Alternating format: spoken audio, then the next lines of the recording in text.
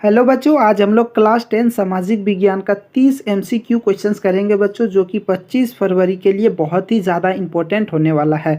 क्योंकि ये सभी क्वेश्चंस एकदम वेरी वेरी इंपॉर्टेंट क्वेश्चंस है बच्चों। तो वीडियो को पूरा अंत तक देखिएगा, जितना भी क्वेश्चंस कराएंगे एकदम सभी को अच्छा से रट लीजिएगा, ठीक है बच्चों। और जो बच्चे चैनल पर पहली बार आए हैं, चैनल को सब्सक्राइब करके वीडियो को लाइक कर दीजिए और वीडियो को आप अपने दोस्तों में बच्चों शेयर कर दीजिए। तो चलिए फटाफट क्वेश्चन नंबर 1 से स्टार्ट करते हैं। देखिए, पहला क्वेश्चन है, फ्रांस की क्रांति का अग्रदूत किसे कहा जाता है? तो बच्चों, फ्रांस की क्रांति का अग्रदूत रूसो को कहा जाता है, ठीक है। ऑप्शन नंबर बी इसका राइट आंसर हो जाएगा। चलिए नेक्स्ट क्वेश्चन की ओर बढ़ते हैं। बैंक ऑफ फ्रांस की स्थापना किसने की? तो बच्चों, बैंक ऑफ फ्रांस की स्थापना जो है नेपोलियन बोनापार्ट ने किया था, ठीक है। Napoleon Bonaparte, option number A इसका राइट आंसर हो जाएगा।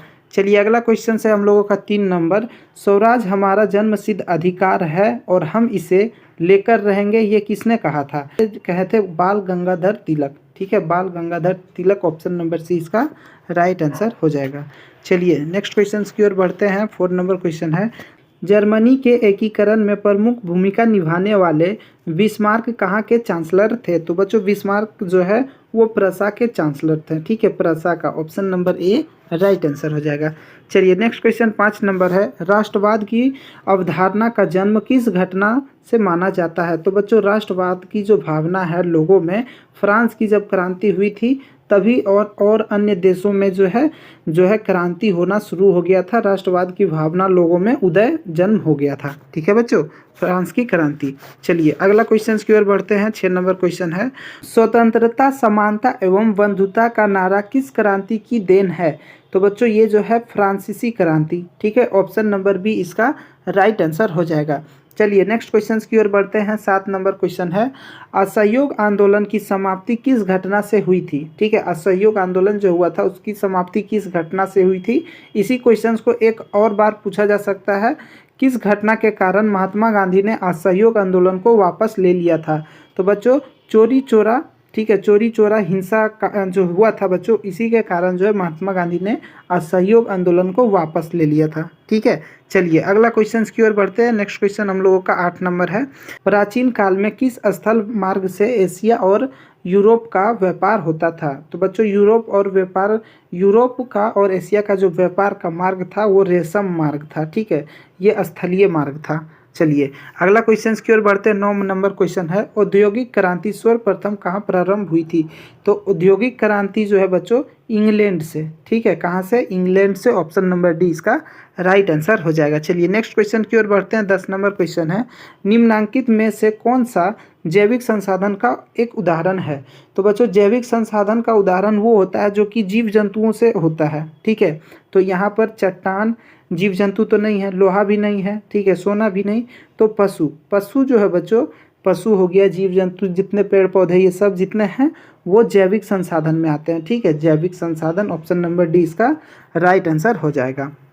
नेक्स्ट क्वेश्चन है हम लोगों 11 नंबर है, सड़कें व नहरें किस प्रकार की संसाधन है? तो बच्चों, सड़क और नहर तो हम लोग बनाते नहीं, आम नागरिक तो बनाता नहीं है, इसे कौन बनाता है? तो भारत सरकार बनाता है, तो राष्ट्रीय संसाधन हो जाएगा। सड़क नहर ये सब राष्ट्रीय संसाधन में आता है, ठीक है। चलिए अगला क्वेश्चन की ओर बढ़ते हैं। 12 नंबर क्वेश्चन है, किस राज्य में काली मृदा मुख्य रूप से नहीं पाई जाती है? तो काली मृदा जो है बच्चों राजस्थान में मतलब पाई ही नहीं जाती है, ठीक है। राजस्थान में थोड़ी सी भी नहीं पाई जाती है काली मृदा, ठीक है।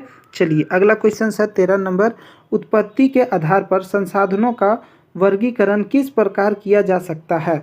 तो बच्चों, उत्पत्ति के आधार पर जैव और अजैव, ठीक है, जैव और अजैव के रूप में संसाधन का वर्गीकृत किया गया है। ऑप्शन नंबर ए इसका राइट आंसर हो जाएगा। चलिए अगला क्वेश्चन की ओर बढ़ते हैं। 14 नंबर क्वेश्चन है, 1952 में भारत निम्न में से किस प्रजाति को विलुप्त घोषित कर चुका था? तो 1952 में बच्चों एशियाई चीता को है, एशियाई चीता जो है वो भारत से पूरी तरह से विलुप्त हो चुकी थी। भारत सरकार ने इसे घोषणा भी कर दिया था इस बात का, ठीक है, 1952 में। चलिए नेक्स्ट क्वेश्चन की ओर बढ़ते हैं। 15 नंबर क्वेश्चन है, सत्ता की साझेदारी के संबंध में निम्न में से कौन सा कथन असत्य है? तो बच्चों, यह जो है यह अस्थिरता एवं वापसी फूट को बढ़ाती है, ठीक है, ये कथन गलत है। ऑप्शन नंबर जो है सी इसका राइट आंसर हो जाएगा। चलिए नेक्स्ट क्वेश्चन की ओर बढ़ते हैं। अगला क्वेश्चन है 16 नंबर, संघात्मक शासन प्रणाली वाला देश इनमें से कौन नहीं है? ठीक है, संघात्मक वाला तो पूछ रहा है जैसे कि संयुक्त राज्य अमेरिका, ये भी नहीं है। ये श्रीलंका, ठीक है, ऑप्शन नंबर इसका बी राइट आंसर हो जाएगा। ठीक है, याद रखिएगा। चलिए अगला क्वेश्चन हम लोगों का 17 नंबर क्वेश्चन है, लोकतंत्र के एक बुनियादी सिद्धांत के रूप में राजनीतिक शक्ति का स्रोत किसे माना जाता है? तो बच्चों जनता को माना जाता है। ठीक है, किसे माना जाता है? आम इंसान यानी आम जनता को। चलिए नेक्स्ट क्वेश्चन की ओर बढ़ते हैं। 18 नंबर क्वेश्चन है, झारखंड राज्य का गठन कब हुआ था? तो बच्चों झारखंड जो है बिहार से कब अलग हुआ था, गठन हुआ था और एक नया राज्य बना था? तो 2000 ईस्वी में। ठीक है, चलिए अगला क्वेश्चन की ओर बढ़ते हैं। 19 नंबर क्वेश्चन है, स्थानीय शासन वाली संस्थाएं जो शहरों में काम करती है कहलाती है? तो बच्चों जो कि शहर में स्थानीय शासन वाली व्यवस्था होती है, संस्थाएं होती है, उसे कहा जाता है नगर पालिका। ठीक है, नगर पालिका और नगर निगम। ठीक, ऑप्शन नंबर डी इसका राइट आंसर हो जाएगा। चलिए नेक्स्ट क्वेश्चन की ओर बढ़ते हैं। अगला क्वेश्चन हम लोगों का है 20 नंबर क्वेश्चन, शिक्षा, वन, मजदूर संघ, विवाह, गोद लेना और उत्तराधिकारी जैसे विषय किस सूची में महत्वपूर्ण विषय है? किस सूची का महत्वपूर्ण विषय है? तो संघ सूची का, उसके बाद ये नहीं होगा, संघ सूची का नहीं आता, राज्य सूची भी नहीं, समवर्ती सूची। ठीक है, समवर्ती सूची, ऑप्शन नंबर सी इसका राइट आंसर हो जाएगा। चलिए नेक्स्ट क्वेश्चन की ओर। 21 नंबर क्वेश्चन है हम लोगों का, भारत की अनुसूचित भाषाओं में झारखंड की कौन सी भाषा शामिल है? तो झारखंड की संथाली भाषा जो है बच्चों अनुसूचित भाषाओं में शामिल है। ठीक है, संथाली भाषा। चलिए नेक्स्ट क्वेश्चन की ओर बढ़ते हैं। 22 नंबर क्वेश्चन है, धर्म को राजनीतिक से कभी अलग नहीं किया जा सकता है, ये शब्द किसने कहे थे? तो बच्चों ये जो शब्द है महात्मा गांधी जी ने कहे थे। ठीक है, Gandhi ji, option number C इसका राइट आंसर हो जाएगा। नेक्स्ट क्वेश्चन हम लोगों का 23 नंबर है, भारतीय जनता पार्टी की स्थापना कब हुई थी? तो बच्चों भारतीय जनता पार्टी की जो स्थापना है वो 1980 में हुई थी, option number D. Next question हम लोगों का है 24 नंबर, तानाशाही सरकार निम्न के प्रति उत्तरदायी होते हैं? तो पहला ऑप्शन है जनता के प्रति नहीं होते हैं। ठीक है, न्यायाधीशों के प्रति भी नहीं होते हैं, संसद के प्रति नहीं होते हैं। ठीक है, तानाशाही सरकार का मतलब होता है बच्चों कि राजा महाराजाओं का जो पहले चलता था नियम कानून, जो मन आता था सो करता था, किसी के प्रति कुछ नहीं। ठीक है, जो मन में आया वही करेगा, उसके बाद कोई भी कहे तो उसके लिए कोई जिम्मेदार नहीं है।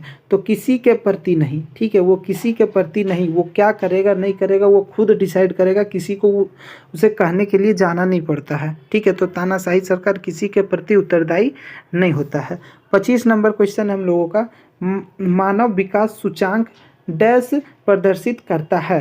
तो ये क्या प्रदर्शित करता है? लोगों का संपूर्ण विकास को। ठीक है, लोगों का संपूर्ण विकास को क्या करता है? प्रदर्शित करता है। चलिए नेक्स्ट क्वेश्चन की ओर बढ़ते हैं। अगला क्वेश्चन हम लोगों का 26 नंबर है, निम्नलिखित में से किस राज्य की साक्षरता दर जो है साक्षरता दर सबसे अधिक है? तो बच्चों केरल की। ठीक है, ऑप्शन नंबर सी इसका राइट आंसर हो जाएगा। नेक्स्ट क्वेश्चन हम लोगों का 27 नंबर क्वेश्चन है, भारत में प्राथमिक आर्थिक क्रिया डैश है? तो प्राथमिक आर्थिक क्रिया जो होता है बच्चों वो कृषि होता है। ठीक है, ऑप्शन नंबर बी इसका राइट आंसर हो जाएगा। नेक्स्ट क्वेश्चन हम लोगों का 28 नंबर है, इनमें से कौन सी तृतीय क्षेत्रक से संबंधित है? तो तृतीय क्षेत्रक जो होता है बच्चों वो सेवा क्षेत्रक होता है और बैंक सेवा जो है ये तृतीय क्षेत्रक में आता है, तो ऑप्शन नंबर सी। चलिए नेक्स्ट क्वेश्चन हम लोगों का 29 नंबर क्वेश्चन है, वस्तु के बदले वस्तु का आदान प्रदान की प्रणाली को कहा जाता है? तो बच्चों वस्तु का आदान प्रदान जहाँ भी होता है वहाँ पर वस्तु विनिमय प्रणाली कहलाता है। जैसे कि मान लीजिए आपको चावल का ज़रूरत होता है, दुकान जाते हैं, आप पैसा देते हैं, ले लेते हैं, लेकिन अगर आप दुकान जाएं और दुकान वाला बोले कि नहीं पैसा नहीं चाहिए, हमको दाल दे दीजिए, हम इतना आपको चावल दे देंगे, तो जहाँ पर वस्तु का आदान प्रदान होगा वहाँ वस्तु विनिमय प्रणाली कहलाता है। और पहले के ज़माना में इसी तरह का चलता था बच्चों, जो कि बहुत ज़्यादा समस्या का उत्पन्न होता है वस्तु विनिमय प्रणाली में। ठीक है, देखिए एक उत्पादन का एमआरपी का अर्थ है, यानी कि एमआरपी जो हर चीज़ में लिखा होता है बच्चों प्रिंट। ठीक है, तो एमआरपी का क्या मतलब होता है? तो अधिकतम खुदरा मूल्य। ठीक है, ऑप्शन नंबर ए इसका राइट आंसर हो जाएगा। बच्चों आप लोग ये 300 क्वेश्चंस को अच्छा से याद कर लीजिए, ये सभी क्वेश्चंस आपके लिए बहुत ही ज़्यादा इम्पोर्टेंट है। हम बच्चों आपके लिए सभी सब्जेक्ट का वीवीआई क्वेश्चंस लेके आएंगे, इसलिए आप हमारे चैनल को सब्सक्राइब करके वीडियो को लाइक कर दीजिए और वीडियो को आप अपने दोस्तों में बच्चों शेयर कर दीजिए। ठीक है, फिर मिलते हैं बच्चों नए वीडियो में, तब तक के लिए धन्यवाद।